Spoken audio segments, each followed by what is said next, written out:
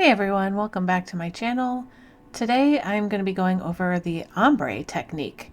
Now this is considered probably more of an intermediate technique, and it's really not that difficult. So the colors I'm using today are blue and pink, and my goal is to make kind of a transition purple color so that it's kind of, it starts at pink, goes to purple, and then ends at blue.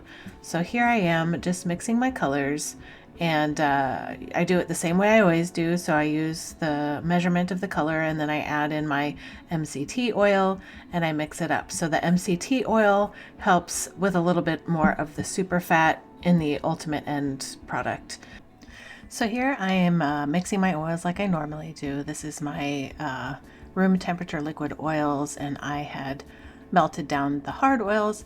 And this particular recipe is different than what I normally do because the skyrocketing prices of olive oil has forced me to kind of look into other sources of oils that have a similar profile. So in this particular batch, I'm using high oleic safflower oil. And I, truth be told, have never used safflower oil.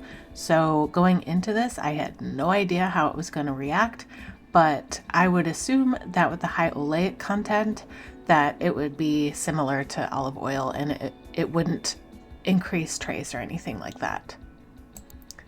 Again, I'm just cooling down my mixture by adding the liquid oils to the melted oils in this area here, just to kind of help get the soap temperature to the optimal temperature. And so by adding the lye, which this is room temperature as well, and it will help further cool down the batch as well. So ideal temperature range for, I would say, if you want it to move slowly, would be anywhere from like 80 to maybe 95. And in this case, I believe it was closer to 80. Well, 83. So anyway, in this batch, you want the trace to be emulsified again. I mean, it can be a little bit thicker, but for the lines to kind of truly blend in this ombre, you want it to be thinner just in the emulsification stage. And since I'm doing this 2-color blend, I just weigh out my batter half and half. So I've got half of it going into the pink and half of it going into the blue.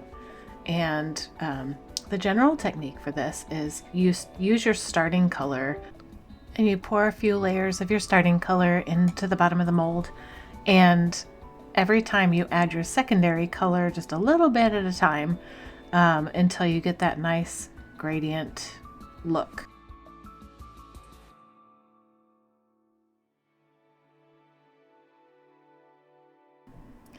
So similar to the wood grain technique, I am propping up my loaf mold against a towel to kind of give it a little bit of an angle, and I'm taking my primary color, which is the pink, and just giving it a good dose in the bottom there.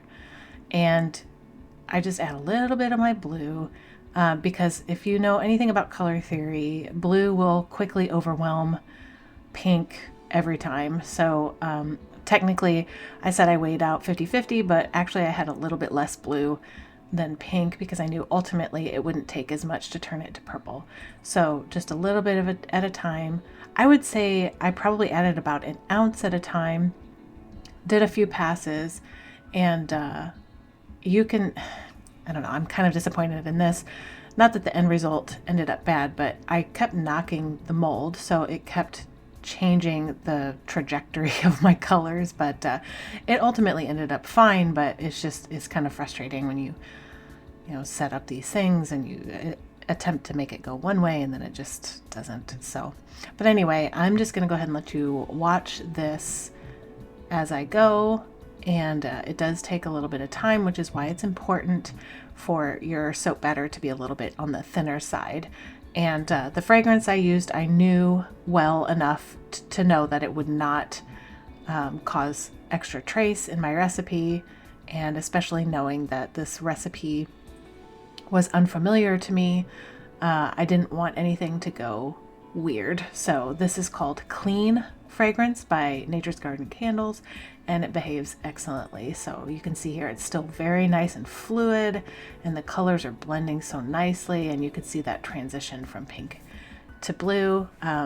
It's going to be mostly a purple soap just because of the blend of the two together. So at the end you'll end up with just a solid blue color. And what I did was just poured the blue itself instead of mixing it in with the main. When I got to a point where it was pretty blue, I just poured blue. But anyway, I'll just let you watch this.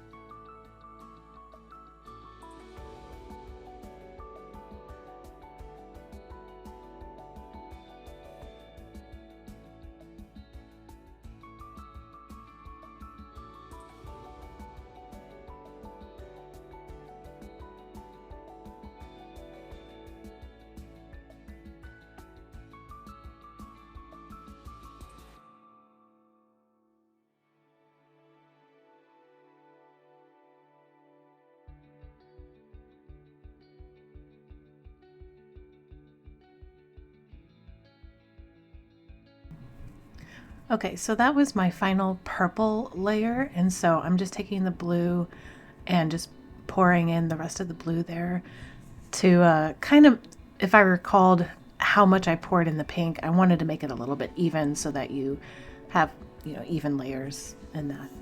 But anyway, I do my in the oven, quote unquote, hot process method, which is just in my crock pot that I showed you in the wood grain technique, and leave it on low for about 15 minutes, and then I just turn it off, and then it forces it to go through the gel phase.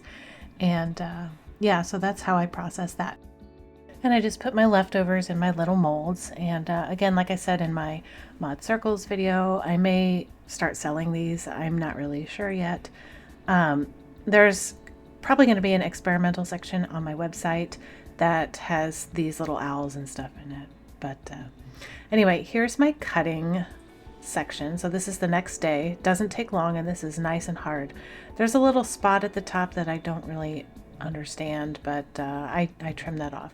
So right now I'm going through and I'm kind of trying to measure this out the way I cut the wood grain and the Mod Circles, but I forgot that I don't need to do that for ombre. I just need to cut it the usual way. So I'm trying to smooth out the little trims. That's why I only give it like a little notch, so it's not like too disruptive to that end result. But I do want to trim off the ends and then cut from there. So the ends will end up being samples, and I wasn't really careful here, and my soap loaf shifted while I was cutting, so it kind of cut that at an angle. So here I am trying to fix that slope that's on the end of my soap there. So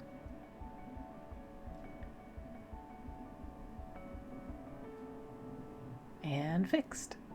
So again, each of these fingers is about an inch. So I cut each of these bars about an inch thick.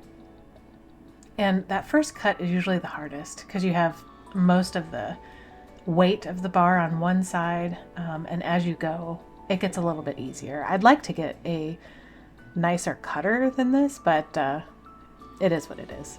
When you're dealing with multiple activities at once, such as me writing books and then doing soap making, I only have so much budget for certain things. So the cutter shall wait.